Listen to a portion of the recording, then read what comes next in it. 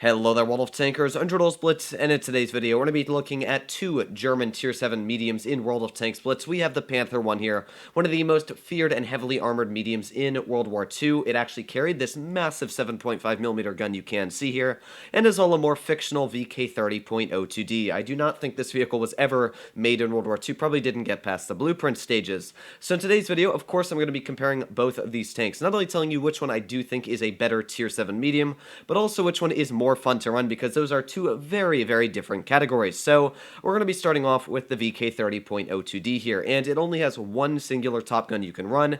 It's the stock Tiger gun. Now, I cannot tell you how much I would pay Wargaming to put the top Tiger gun on this vehicle. It would really make it unique. It would have good penetration, but sadly, this gun has been power crept quite a bit since it first came into the game. Now, I think that this vehicle looks great. It does the part. It looks just fantastic. It comes with 8 degrees of gun depression, and the gun does have very solid damage per minute at around 2400. The aiming time as well isn't terrible at 3.7 seconds.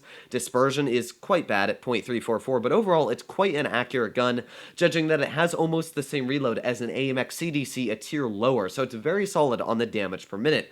The issue is when we take a look at the penetration, only 145mm on your standard and 195 on your premium. Now, if we were to go look at the Panther standard, well, you notice that it's 198mm, which means that your standard on the Panther one is literally more than the premium on the VK30. So definitely a couple downsides on this vehicle. Now, this tank is a little bit faster than the Panther, in my opinion. It's got a great power to weight ratio of around 20, where the Panthers, I don't think it's as good. It still is a very quick tank, but yeah, you can see the power to weight ratio on the Panther is a little bit slower, about 10-15%. So I do actually enjoy playing the VK32. We're just going to call it the VK32 because it is a very fun tank. It's got a great gun, but it definitely lacks in the penetration. If we get stuck in a tier 8 battle, you know, if I'm up against a Tiger 2, a Chrysler, it doesn't matter what tier 8 heavy, as long as it's not like a French AMX or something like that, I'm going to really struggle to penetrate the frontal armor. Even a T32, like, you gotta penetrate it in the lower plate with premium. So definitely comes with its big set of drawbacks. Not only that, it doesn't really have spectacular armor.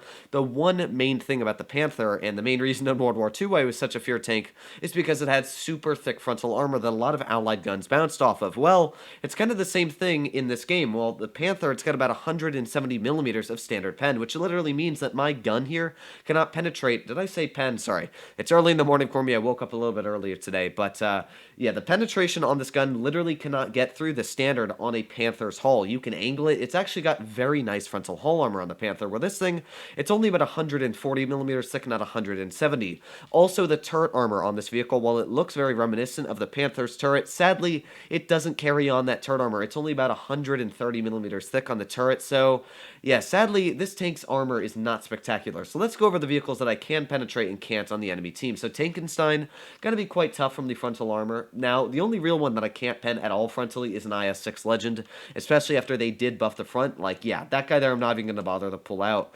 You'll also notice that I changed my reticle. If you didn't know, you can actually go right into settings. It's right in HUD. You can see it right at the top. It doesn't let me change it now, but you can change out your reticles. I didn't know that, but it's pretty cool what they look like. But yeah, I really do like that. So we're just gonna kind of sit here, enjoy the snow. I guess the snow isn't really falling here, but we can look at the terrible pixels of the map here. But yeah, I'm just waiting for the enemy team to make a move, because I'm not making a move. This thing does not have enough armor. It actually does have good DPM. I was going to say it doesn't have enough DPM, but it doesn't have the armor to make a super aggressive push here.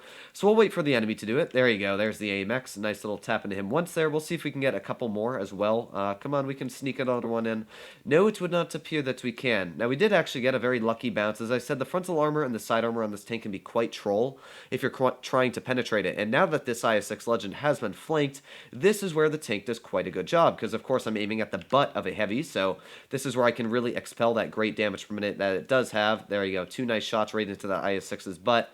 Doesn't look like we're going to be able to really get much more out, but, you know, I'll take a little bit of damage that I can get over no damage. So there's about 450 hit points we got taken off of that guy. The biggest threat I really have here, I'd actually say, is the Progetto, not a vehicle like the IS, because they don't don't deal the most damage, where this Progetto can really just rip me into pieces if it does start penning me with standard shells. So that was a nice tap into that Progetto here, and I'll reload another shell and pull back out. We'll see if we can get another nice tap right into him. There we go. So I can, of course, trade shots with this guy. Like, yeah, he'll push up on me and he'll hurt, but I've got a great DPM, so I can easily trade with this guy. We'll see if we can maybe get a lucky ricochet. He missed a shot, actually, which, of course, is great for me. Nice little tap right into that Progetto. Once again, going to wiggle my hull back and forth. Doesn't look like we're going to get another bounce, especially with this AMX running over here. We did damage his Amarak, though, which is, of course, perfect for me. We cannot penetrate HE. Actually, we can. There. Oh, I thought we could penetrate HE into that guy, but it would appear not. So let's try and clear this Progetto. That's, of course, one of the main guys I need to clear. So Progetto taken out. Our IS-3, yeah, we're not going to talk about him. Not a spectacular player, but we're doing quite well in this game. You can see that the mobility here is really shining how quick the tank is once you do get that mobility out. It doesn't necessarily have the best power-to-weight ratio going uphill, but you can imagine yes, my English is wonderful, but you can imagine how much slower the normal Panther would be. Loaded a premium shell there, just wanted to make sure we could finish off that guy. And now we've got the rear, this AT. He's finished off, and all that is left is this Panther, who, yeah, is not going to be doing too fantastic once we load a premium shell. And, oh, that was a fail on my part, but I can't complain. 3 kills for our vehicle here. We didn't really get any bounces. As I said, the frontal armor on this tank, well, you can see we got 2 giant Progetto shells right in the frontal armor, but we still did 2,100 damage. Almost even pulled out a mastery for this tank, so you can definitely tell that people don't do well in it. But I used my mobility. I was able to penetrate the rear of some vehicles like that IS-6, so I was able to get out quite a bit of damage and run this tank correctly. Now I'm going to be pulling out the Panther. Now, I actually don't like the Panther as much as the VK30, and the reason for that being is because I played this tank super aggressive, and the gun doesn't really have the most not penetration.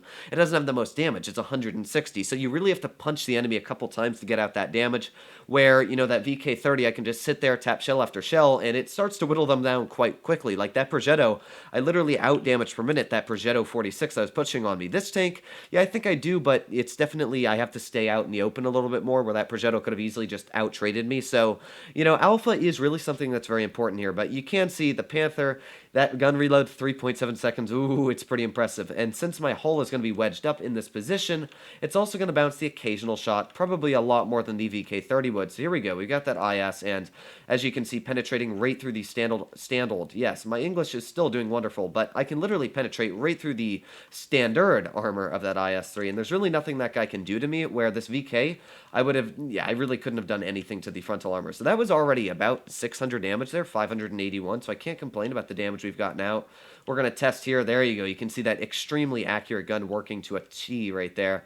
Does not look like this IS-3 wants to pull out. I take it back. He pulled right out and let me shoot him. We've also got this Smasher right out in the open, who I'm going to be backing away from because, yeah, that's a Smasher. Let's see if we can pen a shot. There you go, right through the turret. Again, that penetration on this vehicle is truly fantastic. Like, yeah, I can just really rip apart the enemy vehicles. We got a Maxwell there as well. Let's see if we can start penning some shots, maybe in that Smasher's turret.